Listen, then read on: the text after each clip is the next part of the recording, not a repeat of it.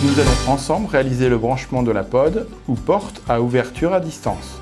Pour cela, il vous faut une alimentation électrique en 230 volts, une porte d'entrée monobloc équipée de l'option et de son point de commande mural Gloss, deux connecteurs rapides type Wago. Ouvrez la porte et enlevez la vis qui maintient le passe-câble sur le dormant.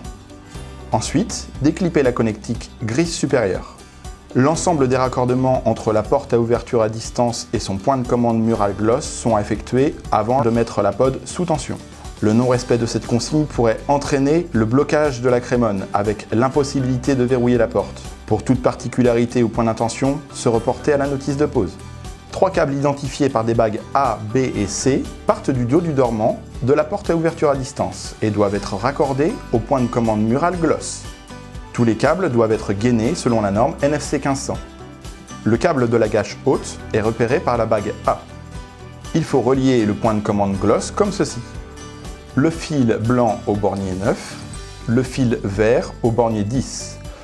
Le fil marron n'est pas raccordé, il faut donc l'isoler avec un boîtier type Wago. Le câble de la gâche centrale est repéré par la bague B. Il faut relier au point de commande Gloss comme ceci. Le fil blanc au bornier 7, le fil marron au bornier 8. Le fil vert n'est pas à raccorder, il faut donc l'isoler avec un boîtier type Wago. Le câble d'alimentation 24 volts est repéré par la bague C. Il faut donc relier au point de commande Gloss le fil vert au bornier 4, le fil marron au bornier 11, le fil blanc au bornier 12. N'oubliez pas de rebrancher et de visser le connecteur de la pod. Une fois que l'ensemble des raccordements est terminé, procédez à l'étanchéité des passages de câbles usinés dans le dormant. La porte à ouverture à distance peut alors être mise sous tension et ensuite être testée. N'hésitez pas à nous rendre visite sur notre site www.k-line.fr.